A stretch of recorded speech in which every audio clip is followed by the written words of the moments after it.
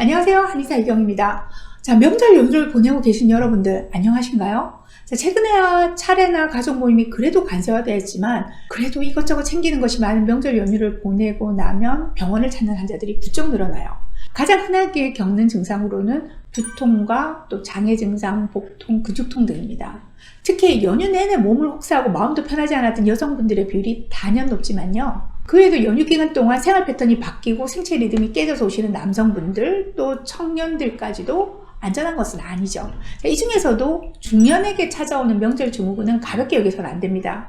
면역력과 신진대사가 쉽게 저하되는 중년의 경우라면 명절로 인해서 정신적인 그리고 육체적인 스트레스 강도가 높아지게 되면 평소에 약했던 신체 기관들이 쉽게 공격당하게 되죠.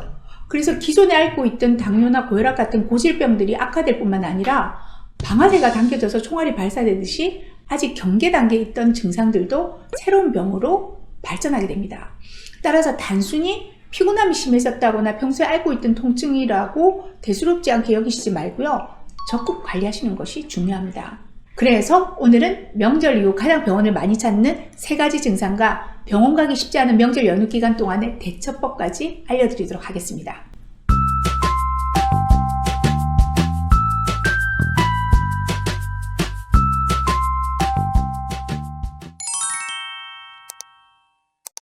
명절 이후 이런 증상이 있으면 이 병을 의심하라. 자, 명절 때 응급실 1순위 질환은 소화불량인데요. 여기서 말씀드린 기능성 소화불량이란 내시경, 초음파, 또 혈액검사 등에는 별다른 이상이 발견되지 않는데도 3개월 이상 위장장애 증상이 지속되는 걸 말해요. 기능성 소화불량의 대표적인 증상은 식사 후에 2시간이 지나도 음식물이 위장에 그대로 있는 것 같은 식후포만감, 또 밥을 조금만 먹어도 배가 불러서 더는 식사를 할 수 없는 조기포만감, 속쓰림 등인데요. 발병 원인은 명확히 밝혀져 있지 않지만 심리적 또는 정서적 요인이 크게 작용하는 것으로 알려져 있어요. 스트레스 많은 명절에 긴장된 분위기에서 식사는 위 배출 기능을 떨어뜨리게 되는 건데요. 그러다 보니 위의 이완 기능을 약하게 만들어서 트림이나 복부 팽만감이 생기게 되고요. 또 이런 증상이 지속되면 위무력증과 위하수증을 유발하게 됩니다. 위무력증은요, 말 그대로 위의 기능이 무력해져서 소화가 안 되는 증상이죠. 위에서 소화 효소 분비가 거의 이루어지지 않는 상태이기 때문에 음식물이 위에 머물러 있는 시간이 길어지고요. 그로 인해서 위가 밑으로 처지는 위하수증까지 발전하게 되는데요. 자, 따라서 위무력증이 있는 환자의 경우 대다수가 위하수증을 동반하게 됩니다. 이때 소화제로 계속 견디면 안 되세요. 장기간 복용하면 소화 기능이 약화되기 때문에 가장 우선 하셔야 하는 것은 위장에 무리를 주지 않는 거예요. 특히 명절 음식 중에 기름진 음식, 단 음식, 또 떡 같은 음식들은 절대 금하고 건강에 좋다고 챙겨 드시는 나물이나 채소도 주의하셔야 합니다. 식이섬유는 소화가 안 되기 때문인데요. 자, 이럴 때는 탕국에 밥을 말아서 소식하거나 부드러운 생선살 정도가 좋고요. 명절이 끝나면 꼭 진료를 받으시기 바랍니다. 자, 두 번째로 장염도 흔하게 발생하는데요. 설사를 하면 단순 가식으로 오해해서 금식하시는 경우가 많아요. 그런데 명절 때 장염은 세균성 장염일 경우가 많습니다. 과식으로 인한 설사는 삼투성 설사라고 해서 금식을 하면 설사가 그치는 데 반해서 장염, 그 세균으로 인한 설사는 분비성 설사라고 해서 금식을 해도 설사는 계속돼요. 자, 이럴 때 금식을 하면 절대 안 된다는 거죠. 안 그래도 쉼없이 나오는데 금식까지 하게 되면 탈수에 빠지게 돼서 더 큰 문제가 생길 수 있습니다. 탈수를 예방하기 위해서는 수분 보충이 중요한데요. 자칫 이때 흔히 하는 실수가 있어요.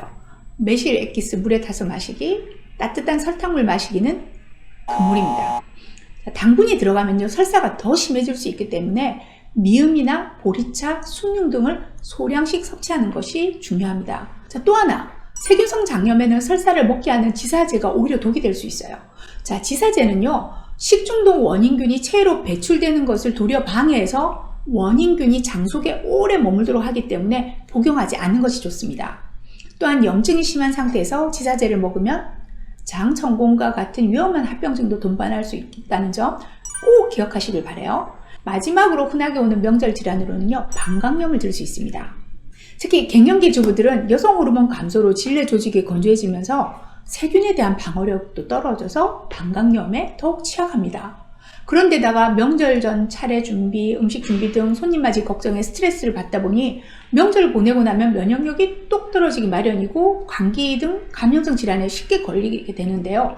여성들은 감기 끝에 방광염이 오기도 쉽습니다. 또 낯선 환경에서 소변을 자주 참는 것도 방광염의 원인이 되기도 하는데요. 설 연휴 이후에 유난히 화장실에 자주 가고 싶거나 갔다 와도 개운하지 않고 또 소변을 볼 때 통증이 있거나 소변을 참기 어렵고 소변에서 불쾌한 냄새가 난다면 방광염을 의심해 보셔야 해요.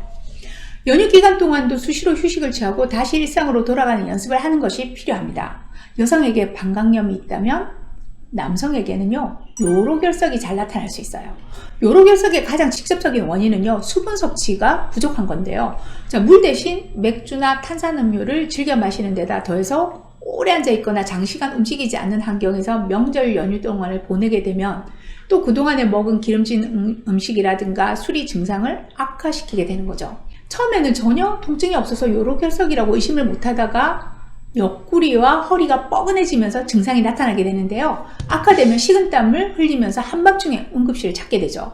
요로결석은 한 번 걸린 경우에 재발 확률이 50% 이상인 만큼요, 예방과 관리가 아주 중요합니다.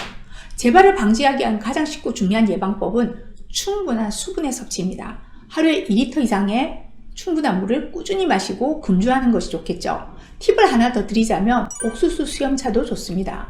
남은 명절 기간 육체적으로 정신적으로 쉼의 시간이 되시길 바랍니다. 감사합니다.